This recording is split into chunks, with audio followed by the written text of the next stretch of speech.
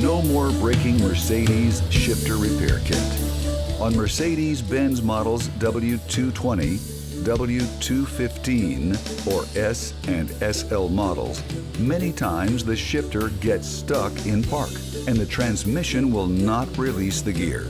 Usually the cause of this is inside the shifter assembly. The shifter locking control, which is a plastic lever, is broken. A dealer will replace the complete shifter assembly, costing between $650 and $850 depending on the model. By using our No More Braking Repair Kit, you'll save over $500 on the part without replacing the complete assembly. And it also comes with a lifetime guarantee.